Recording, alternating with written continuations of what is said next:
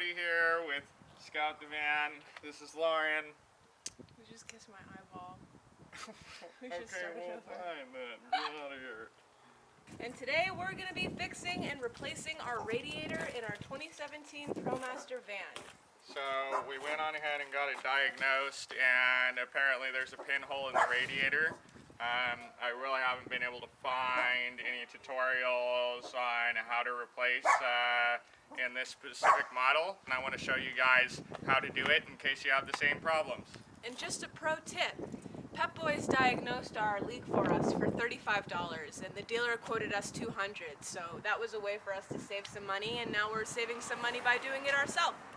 So step one here, we're going to have to go on ahead and remove the grill and the bumper. What you're going to do is you're going to come over here with your Torx bit. It looks like this is a T30, which fits it just perfect and snug. We've got, for the grill here, there's just 4 of these screws that are right up top here. So we'll start by popping those out.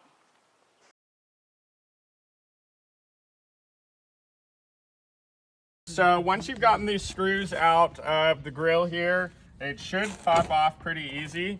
You just give it a little tug. Once you've got the grill off, you know, just set it aside, and then we're gonna do the same thing on the inner part here to take the bumper off. So we've got a bunch of these screws. Most of them are just right here on the top. You can see we've got them here, here, all along the side. There's 2 in the middle, right? Along the top.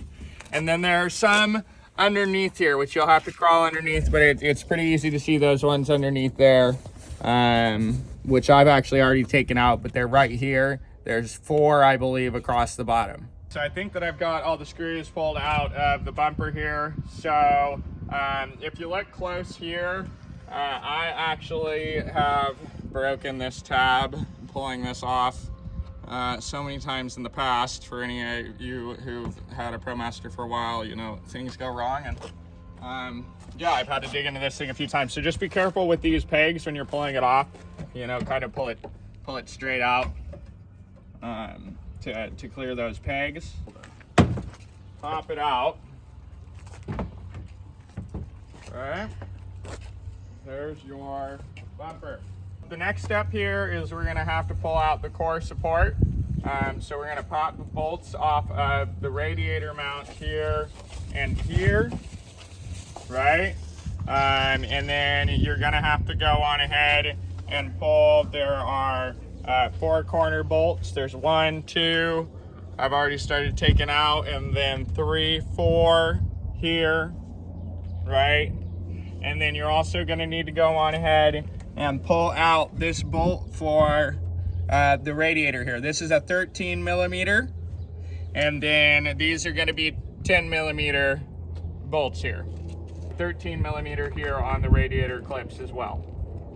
So 13 millimeter and then 10 millimeter is what we're going to need.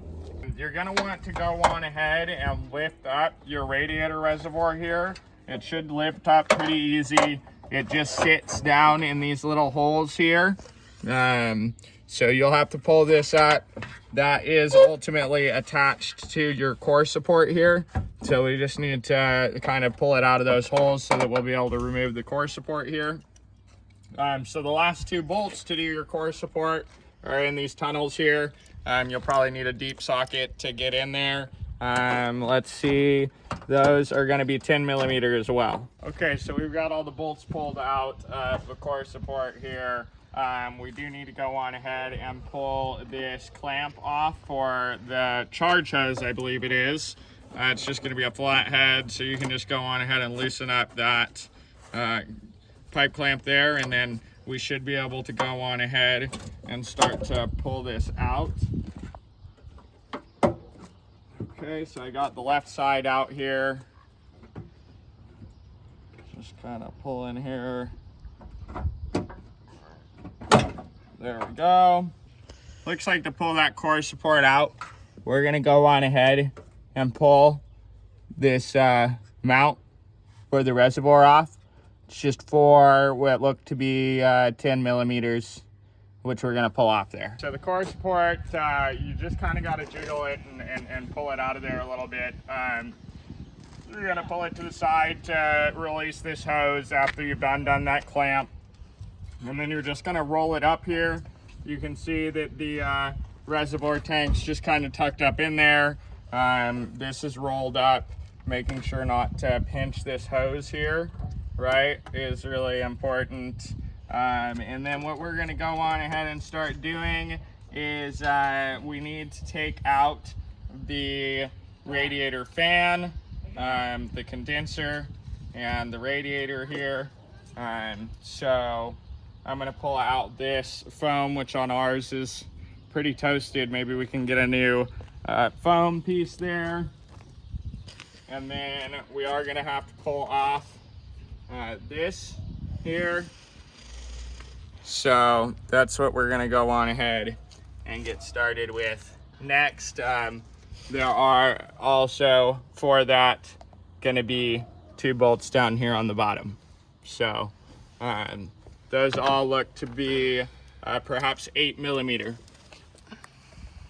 We went on ahead and removed the bolts to pull off the plastic cover for the condenser here. You do have to go on ahead and pull out these bolts here. They're holding this piece in. It's so that we can pull it out of the way, which will allow us to pull off this plastic shroud here. So I'm gonna go on ahead and pull those off. They are gonna be 10mm bolts.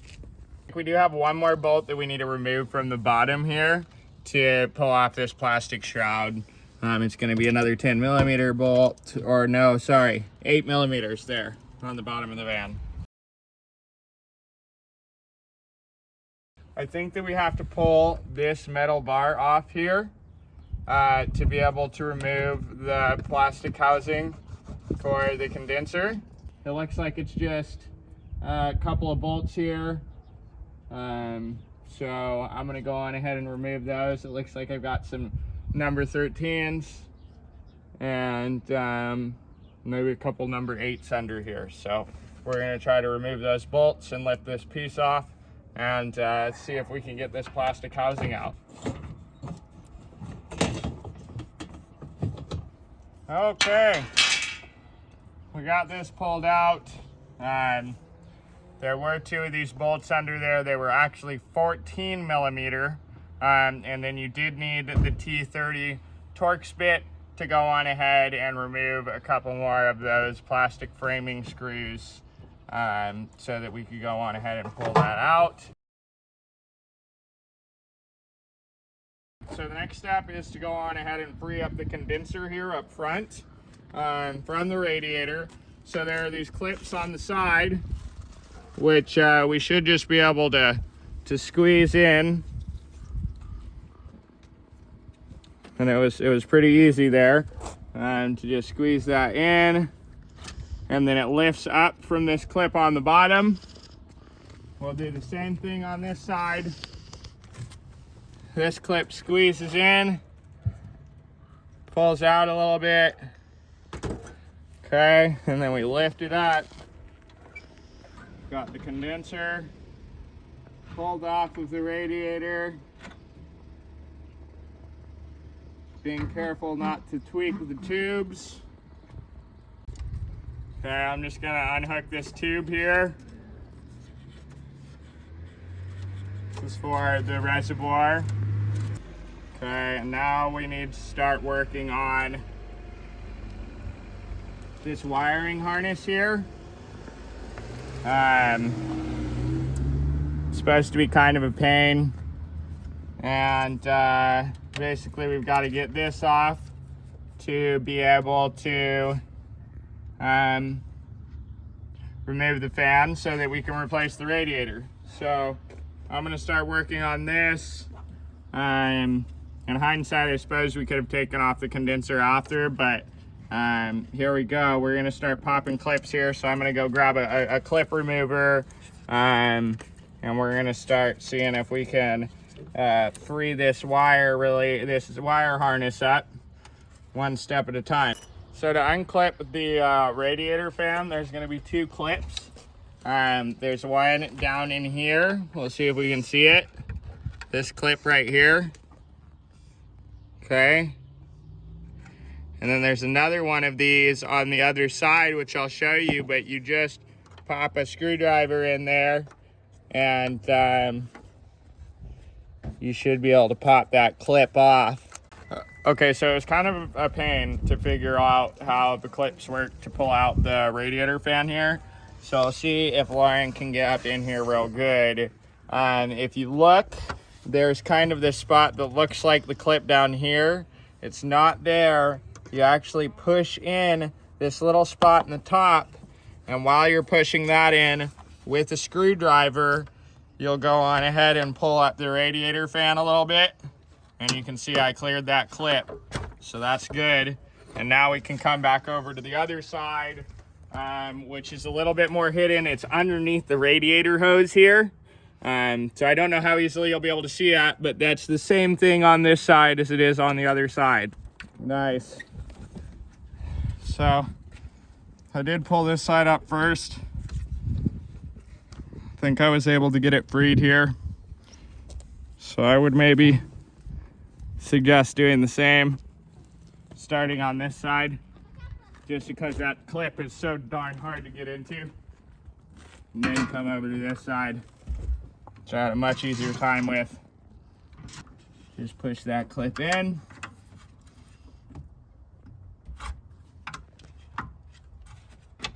And pull the fan up. Okay. Wow.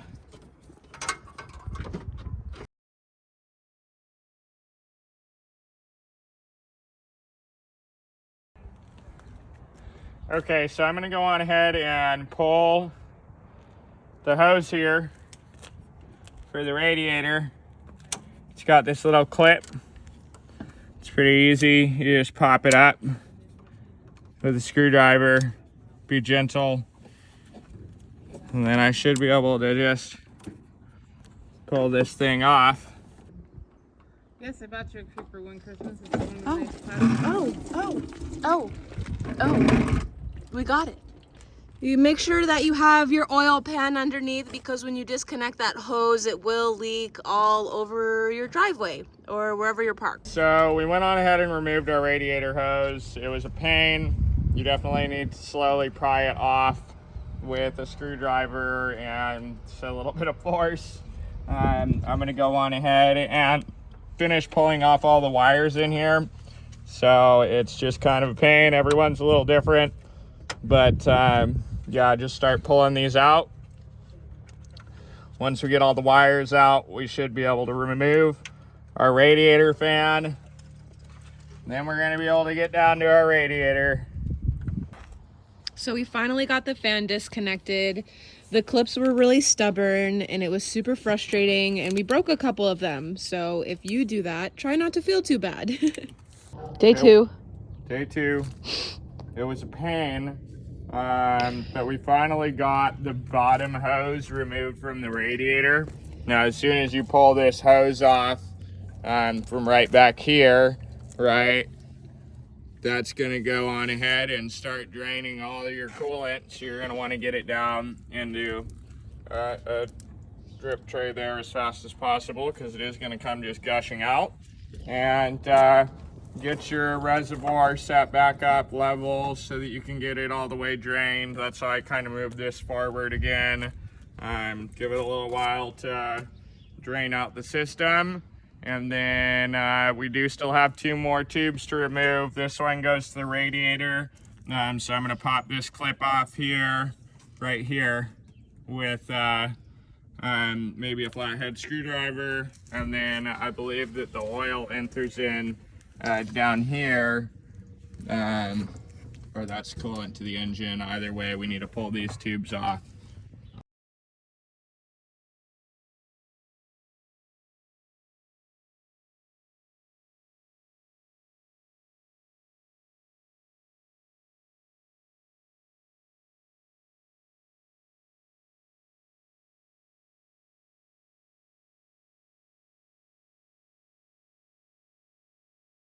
So we got our fresh radiator put in. Ultimately, we did end up taking out the upper and lower radiator. So we did have to remove the transmission lines down here to get to that. They're underneath here. You have to remove them with this this Allen key bolt. Just had a few closing thoughts for you guys. We did go on ahead and get our new radiator put in. Everything seems to be working fine. I will note that we did have to throw a ton of coolant back in here.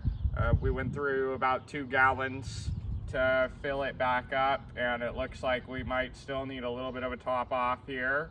When we pulled off our lower radiator, we realized that we did have to pull out the transmission lines, and we drained quite a bit of transmission fluid in the process. So we wanted to go on ahead and take a peek at where the transmission level was in the van. We'll see if you can poke down in here. It's actually going to be right here is the tube. And we'll see if we can focus in on that. It's right here is the cap. So it's actually going to be towards the front, near the fan and the upper radiator hose. So we had a really difficult time finding that, and I just wanted to show you where the transmission fill tube is in the Promaster. So we discovered after replacing our radiator that it is crucial to burp your lines. Now, burping your lines is getting all of the air out. An easy way to do it, in which you just kind of squeeze the radiator hoses, you know, while it's warm or even while it's cold, and that will pump fluid up into the reservoir from the radiator and back down, and sort of work the fluid around the system. And I found that really helped us to get out the majority of our remaining air bubbles. Hope this video was helpful. If you have any questions, leave them in the comments, and we'll do our best to answer them. Yeah, we'll see you guys again soon.